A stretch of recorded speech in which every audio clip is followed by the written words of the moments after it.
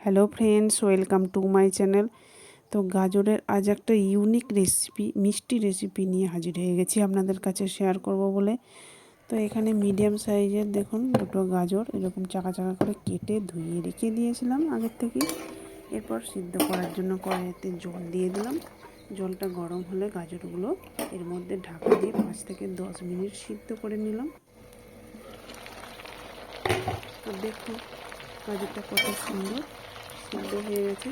এরপর এটাকে নামিয়ে ঠান্ডা করে নেব। তারপর একটা মিক্সিং জারে দিয়ে এতে খোসা ছাড়ানো নারকেল কুচি দিলাম, জল দিলাম। এরপর এটাকে পেস্ট বানিয়ে নেব। এরপর কড়াইতে 500 মিলিলিটার গরুর দুধ দিলাম। এরপর দিয়ে দিলাম আমুল দুধ, যাতে মিষ্টিটা খুব সুন্দর একটা ফ্লেভার আসে। তো এখানে আমি 2 প্যাকেট আমুলের দুধ দিয়েছি।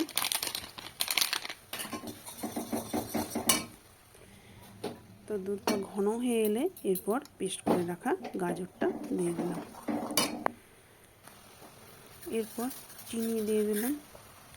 তো মিষ্টি যদি আপনারা বেশি খেতে চান তাহলে চিনির পরিমাণটা একটু বাড়িয়ে দিতে পারেন। আর দিয়ে দিলাম আতপ চালের গুঁড়ো 25 গ্রামের মতো। এইভাবে অনবরত নাড়তে থাকবো, তা নাহলে কড়ার তলায় লেগে যেতে পারে।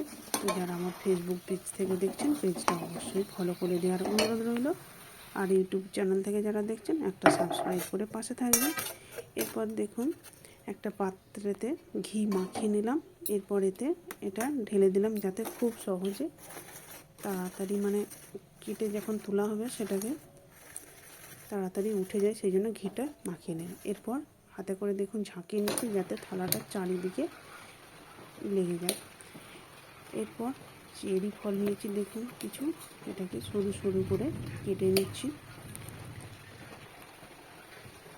যারা আমার ইউটিউব চ্যানেলে নতুন বন্ধু আছেন একটা সাবস্ক্রাইব করে পাশে থেকে যাবেন।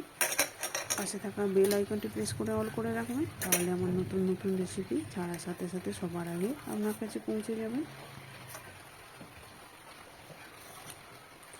দেখুন ছুরি দিয়ে এভাবে কেটে নিলাম।